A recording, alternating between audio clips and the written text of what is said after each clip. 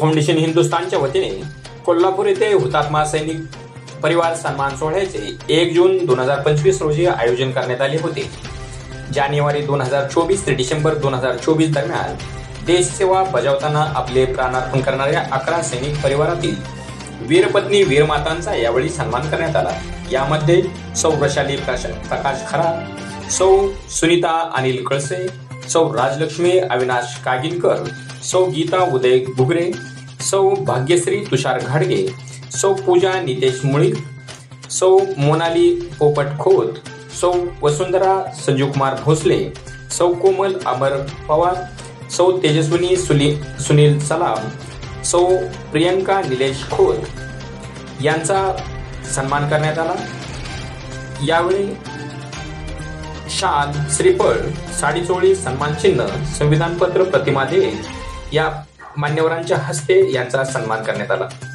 या विशेष प्रसंगी ज्येष्ठ इतिहासकार डॉक्टर वसंतराव मोरे, आमदार शेखर निकम चिपळूण, श्रीयुत ज्ञानेश्वरजी मुळे, माजी परराष्ट्रीय सचिव भारत सरकार, कॅप्टन मानद शंकररावजी पाटील अधीक्षक, सैनिक मुलांचे वसतिगृह, राष्ट्रीय अध्यक्ष संदीपजी माने सचिव, हनुमंत मांढरे, जय हिंद फाउंडेशनचे राष्ट्रीय संचालक, माजी सैनिक संघटनेचे पदाधिकारी, पोलीस अधिकारी, जय हिंद फाउंडेशनचे सातारा, पुणे, मुंबई, बारामती, जावली, वाई, खटाव, कोल्हापूर तसेच विविध शाखांचे पदाधिकारी, सदस्य, हितचिंतक, स्थानिक नागरिक मोठ्या संख्येने उपस्थित होते।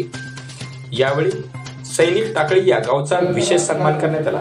तसेच सातारा येथे वीरपत्नींचा नेस्कोच्या वतीने सुरक्षा रक्षक म्हणून नियुक्ती झाल्याबद्दल त्यांनाही विशेष सन्मानित करण्यात आले। तसेच विशेष कार्य करणाऱ्या काही जणांना पुरस्कारांनी सन्मानित करण्यात आले। कार्यक्रमाचे आयोजन कोल्हापूर टीमचे प्रमुख डॉक्टर केशव राजपुरे यांच्या मार्गदर्शनाखाली करण्यात आले। सूत्रसंचालन डॉक्टर नितीन कदम आणि डॉक्टर प्राध्यापक संदीप टावरे यांनी केले। प्रास्ताविक संदीप माने आणि हनुमंत मांढरे यांनी केले।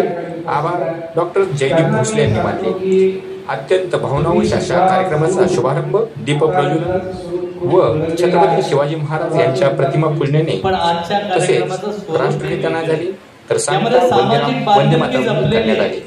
जी जयवेच्या माध्यमातून सर्वांसमोर त्याची यावी आणि प्रत्येक माणसाने समाजाचा आपण काहीतरी देणं आहे या भूमिकेतून पुढे जात असताना या सैनिकांच्या प्रती प्रत्येक ठिकाणी आदरभाव दाखवणं हे जयींच्या माध्यमातून सर्वसामान्य माणसाला देखील कारण तुम्हा आम्हालाही कल्पना नसते, आम्ही निर्धास्तपणे आपण सगळेजण राहत असतो, पण आपला असलेला जवान, आपला असलेला सैनिक म्हणजे राष्ट्र एक संस्थान आहे। ते हा सैनिक कशा पद्धतीने सीमेवर जगत असतोय फक्त त्यालाच माहिती। अनेकांच्या मागाच्या आपण सत्कार करत असताना बघितलं की काहींना हृदयविकार झाले, काहींना त्रास झाला, काहींना फुफ्फुसासारखे रोग देखील त्या माध्यमातून। याचं कारण असं आहे की ज्या ठिकाणी ऑक्सिजन नसतो, ज्या ठिकाणी जगणं देवाकडे जात असताना म्हणजे देश लागतो आणि त्या देशाचा आपण काहीतरी देणं लागतो आणि ते देणं लागलं म्हणजे आपण काहीतरी मदत केली पाहिजे देशासाठी। आणि सर्वात महत्त्वाचं म्हणजे आपण 140 कोटी लोक या देशामध्ये सुरक्षितपणे राहतो, ते फक्त